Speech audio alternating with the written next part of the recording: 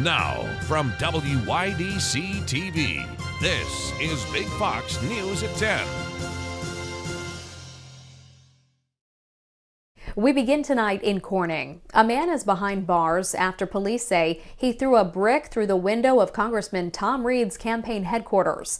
But as Big Fox's Matt Kleindens tells us, police think this isn't the first time this guy has targeted the congressman.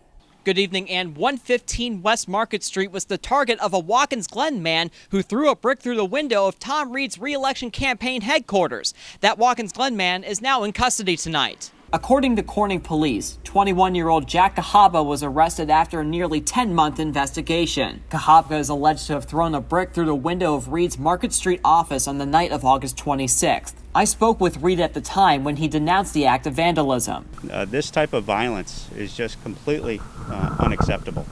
I will never understand what I'm seeing across the country in regards to people thinking that violence is the solution to our problems in America. Cahaba is alleged to have targeted Congressman Reed a second time at his home in Corning. On the morning of October 23rd, a dead rat was found on Reed's front porch. Tom Reed also said a brick with the names of his family members was also found. A Twitter account appearing to belong to Jack Cahaba mentions Tom Reed several times, including this vulgar tweet posted just 4 days before Reed's campaign office was vandalized. Corning police charged Cahaba with criminal mischief and making terroristic threats, both felony counts. Matt Kleindens, Big Fox, WYDC in Corning.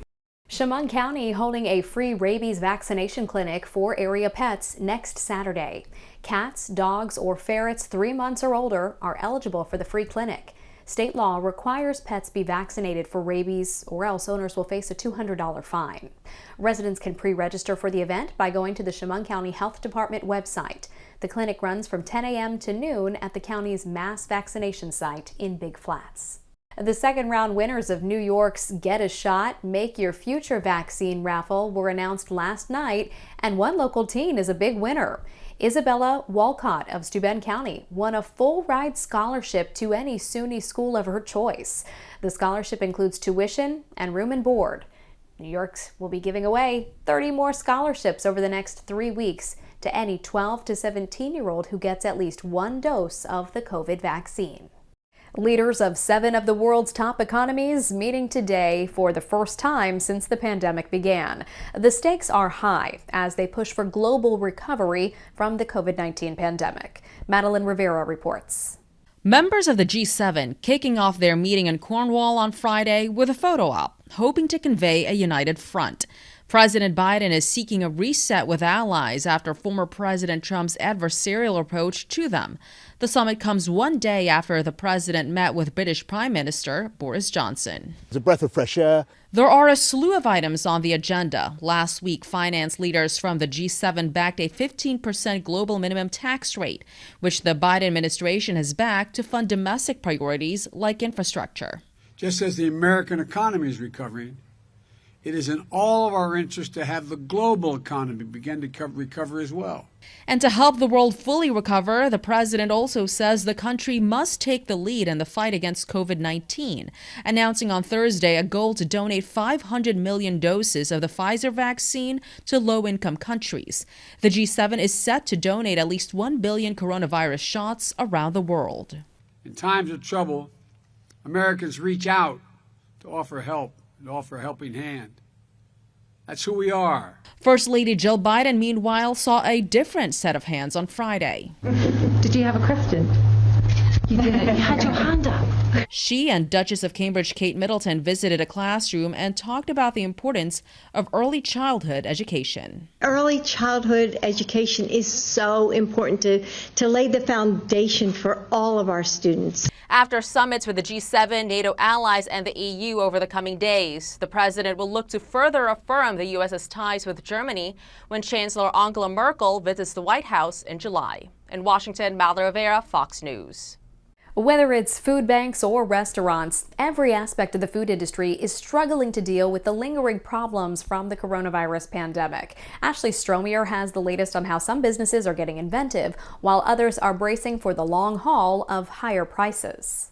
The food industry is facing yet another challenge stemming from the pandemic. Beef is up 20%. Poultry, eggs are up 10%. The cost of food is skyrocketing. Historic inflation, the labor shortage, and a sudden jump in demand has restaurant owners getting creative. We got some robots to take on that hard function of bringing back forth the food. While some restaurants were forced to close for a couple of days a week because they couldn't meet the high demand, some business owners are turning to technology like robots to make the lives of wait staff easier and even more profitable. And we were able to increase their wages by 25 to 30% just because they were able to take some tables. In some instances, cutting costs simply isn't an option.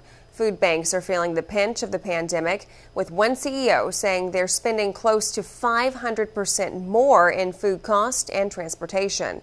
Food Bank of the Rockies used to spend about $2 million a year on food. Now we are spending just over $1 million a month on food and freight. For some food banks, cost increases are stemming from a surge in demands. So not only does food cost more, but more people are also in need of assistance. As inflation continues to be a worrying trend, the prices of consumer goods rose 5% in just the last year, the highest hike since 2008. Ashley Strohmeyer, Fox News. The New York City Health Department is warning doctors about a concerning uptick in the number of young people smoking marijuana.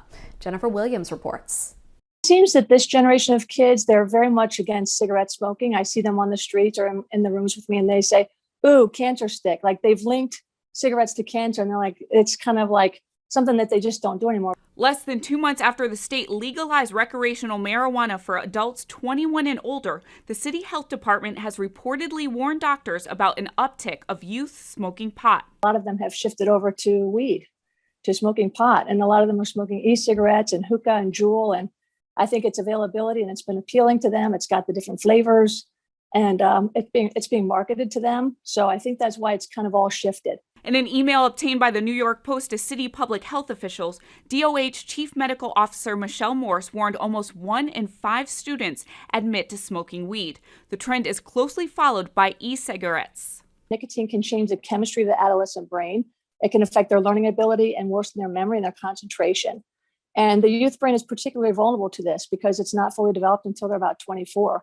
Pediatrician Dr. Kathy Ward says doctors should take a proactive approach during routine checkups. It never hurts to say, even to a 7-year-old or a 10-year-old, like, hey, you know, smoking is bad for you. It makes your lungs dirty and makes your teeth and your breath stink and makes your teeth yellow. So it's never too early to start. And when children get older, Dr. Ward has another strategy. You can just flat out ask them, hey, do your friends smoke?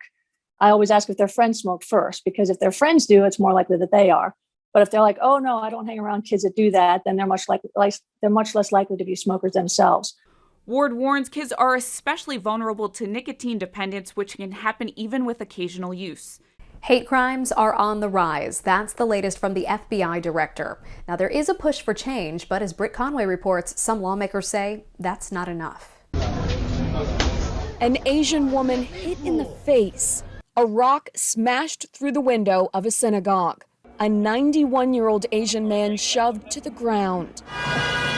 A Jewish man beaten in the street. More and more brutal, racist, and hateful attacks are happening all over the country. A lot of Asian Americans who are looking over their shoulders. Really the normalization, I think, of anti-Semitic incidents. The FBI director testified before Congress this week. The organization is handling more hate crimes now than it has in years. From fiscal year 19 to fiscal 20, a 63% increase in FBI hate crimes investigations opened.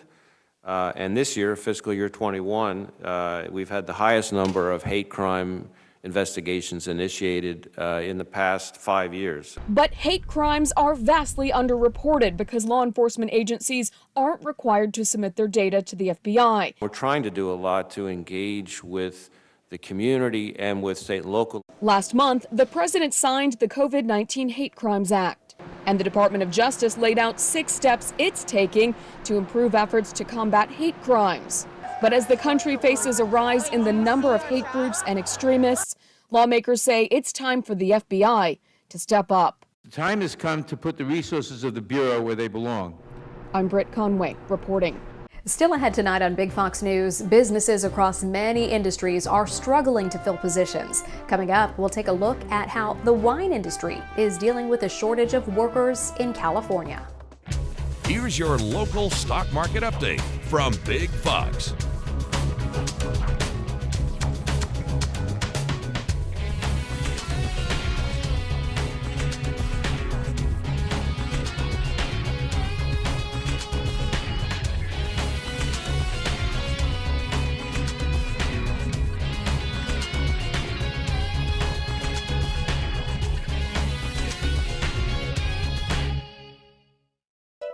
Now, your Twin Tiers forecast from Big Fox. Your Big Fox forecast is brought to you by William Mattar. We have been seeing dry conditions today. I'm expecting us to stay dry for tonight. There are a few showers and thunderstorms to our north and also a lot of rain down to our south. This is associated with a stalled out front along the Delmarva area, and there is a low pressure system moving along it, and so that's really setting off those showers and thunderstorms for our area. I think we've been staying dry all day, and I think we'll stay dry tonight into a good part of the day tomorrow. However, we can't rule out an isolated thunderstorm or two in the afternoon, given that our humidity level has been increasing. So right now we're sitting at 60 degrees. Yesterday it was very comfortable, but today we're moving back into that muggy category, and we'll stay in the 60s for much of the day on Saturday. So what does that mean for us? Well, as those temperatures warm up, it's going to feel a little bit warmer. So we start off around 66 degrees at 8 o'clock, climbing to around 76 by noon. And then in the afternoon, highs will be close to around 80 degrees, but it is going to feel like the mid 80s. There could be an isolated shower or thunderstorm in the afternoon as well. And then moving into your Sunday, we have better rain chances. So let's take a look at our future radar, where we're finding a few showers early tomorrow morning, and then a few more rain chances as we head into the afternoon just south of Hornell and Bath and in Corning. Elmira, we're going to see a few showers move in as well in the afternoon hours, and this is going to be ongoing in the evening. So it's going to be off and on rain. It's not going to be a total washout all day long, but just get ready for periods of rain throughout the day, not only for Saturday, but also into your Sunday. So notice there will be a few thunderstorms popping up in the late afternoon into the evening hours. Our models are indicating around 7 o'clock.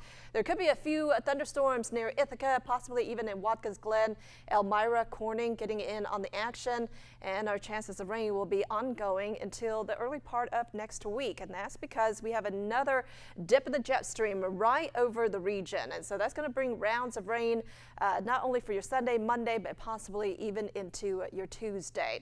So let's take a look at our forecast for tonight. Expect increasing cloud cover. Lows will be around 50 at 9 degrees in Elmira, Corning around 60 degrees, and then we warm up to around 82 in Watkins Glen tomorrow. It will be a little bit cooler in Perkinsville at around 77 degrees and 81 degrees in Corning. Remembering, I think most of the day will be dry, but there's that possibility of an isolated shower or thunderstorm during the day.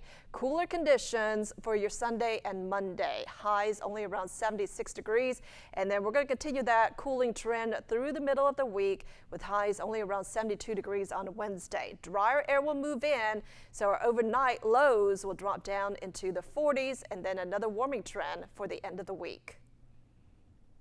California grape growers are facing a shortage of workers to harvest the fruit. But researchers at the University of California, Davis think they have a solution: robots. Elizabeth Clayton has the details. California's wine industry is threatened by pests, drought, and wildfires. But now a lack of labor is creating another worry for farmers. It's a real challenge. Fewer workers are available at a time when vineyards are growing larger. Our estimate is like, we have 2/3 less people working in, wine grapes now. So now more grape growers are turning to technology to harvest and maintain crops. The pressure is more intense than ever to provide for more certainty through automation and robotics. UC Davis researchers are leading the effort to automate vineyards with robots. They're semi-autonomous. We will set these things up, and then a tractor driver pulls the machine. There are even tractors that can drive themselves. Their study shows the technology has a higher upfront cost, but becomes more economical after about 2 seasons. We're going from $1.20 to about 12 to 22 cents per vine. While the new technology reduces the need for more manual labor, it also creates new high-wage jobs. You need very skilled people to be able to operate these machines. And there's a surprising benefit. Research shows mechanically maintained crops come out tasting better. The vine is higher up off the ground, so it has better flavor, it has better color, which winemakers desire. You'll get a deeper, richer, sensation from these vines. A taste of new technology, giving growers a glimpse of future farming. Quality is much, much better. Ronald McDonald has been hacked. Fast food chain McDonald's says it suffered a data breach that exposed private information of employees and customers in South Korea and Taiwan. Hackers also accessed certain information about some restaurants in the U.S., like their square footage. Officials at the company say no payment information for any customer was compromised, and hackers did not get any customer or employee data in the U.S. They credited investments in cybersecurity for spotting that breach early and stopping it. The developer of the Keystone XL pipeline announced Wednesday it's pulling the plug on the controversial project. This comes after the Biden administration revoked its permits back in January. Erica Craven spoke with some industry leaders in North Dakota about the potential impacts on the state. The Keystone XL pipeline was set to transport roughly 800,000 barrels of heavy crude oil a day through Canada to Nebraska. But now that the sponsor has terminated the project, industry leaders worry the cancellation could cost North Dakota. It certainly just adds a cloud to all new pipeline projects and certainly any international crossings between the U.S. and Canada. The pipeline was not scheduled to pass through North Dakota, so industry leaders say they aren't losing existing transportation capacity or planned capacity, but development in the future could be limited. Your companies are going to lose that incentive or desire to invest and plan these projects just because they become so difficult to complete. The other concern for industry leaders is what this means for the Dakota Access Pipeline. DAPL is still operating while the Army Corps of Engineers conduct an environmental review. Industry leaders say DAPL puts North Dakota in a good position, but in the long term they may have to look to other options and rely more heavily on rail. Being up here in North Dakota, we are not close to refineries to where we turn our crude oil into product to sell to consumers. So we need to transport it. TC Energy Corporation states on their website that the company will work to ensure a safe termination of an exit from the project, and that they will identify opportunities for potential to power existing U.S. assets with renewable energy. A Good Samaritan helped a baby moose get over a guardrail in Alaska, and that kind gesture was captured in photos. Taylor Clark spoke to the man with a big heart. This is where Joe Tate works, getting cars moving. Over the weekend, he was coming back from fishing with his friends in Ninilchik. Going through Clam Gulch, he saw a line of cars and a struggling moose calf. I was trying to get over the guardrail. It was tired. It was very, very young. Week and a half old. He says they watched for about 30 minutes. People got impatient and started driving around. Well, they were going around at a little bit faster speed than you want. So he took action. He says his friends drove the trailer between the mother and the baby, breaking the line of sight, while another car followed their lead. I didn't want a moose to get hit or a human or a car. And as soon as I sat it down, I just backed away. He says the moose went along right after that. Tate isn't your average Joe. He's been in Alaska since 2005 when the military brought him here. Since then, he says he went through several tours and came back. After his military career, he started working around the state, including being a registered hunting guide. Nowhere near, expertise, but I had some knowledge of what to do and what not to do, and handled it the best that it could be done. Well, the fact that he is an experienced outdoorsman and a guide probably helped him not get stomped. Anchorage area fish and game biologist Dave Battle reminds people how dangerous handling wildlife can be, and that people should always call either them or wildlife troopers first. Clam Gulch is about 20 minutes from Saldana, so we have fishing game and AWT and AST, in close proximity. The time that could have took, something else could have happened. And Alaska Wildlife Troopers Lieutenant Chris Jaime says it's also illegal to handle or possess wildlife without a permit. We're not going to track this guy down and try to issue a citation for doing this. As Battle puts it, officials don't want to slam a Good Samaritan, But they also don't want this to inspire everyone else to dive right into a wildlife situation like this. It worked out this time, but we always encourage people to call the professionals. It worked out for the best, and it could have gone bad, and I understand and know that, but it did go the best, and it was worth the risk that I took. To help save a wildlife and get the cars moving, just like he does every day. Taylor Clark, Alaska's news source. This 2-year-old black lab is joining the U.S. Capitol Police Force to provide emotional support. Her name is Lila, and her new job is to help officers who are coping with trauma from January 6th. Her trainer is an expert in how to lower stress amongst law enforcement. Lila will start her new gig on Independence Day.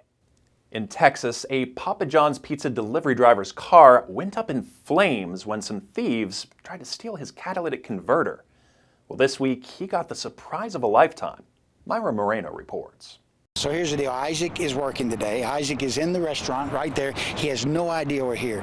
And so we're going to go in and surprise Isaac. The president of Papa John's Pizza, Keith Sullins, arriving at one of his restaurants for a big surprise. I first told you about Isaac Sanchez last night.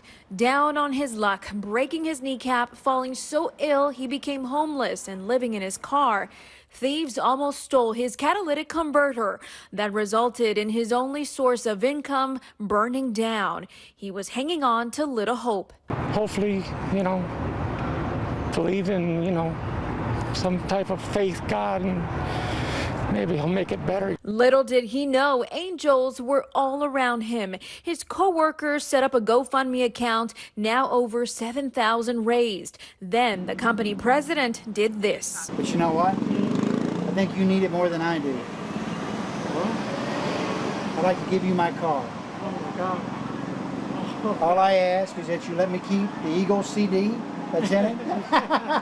Right then and there, he signed over his car to Isaac, and he was in disbelief. The president of the company just came out here and gave me his car.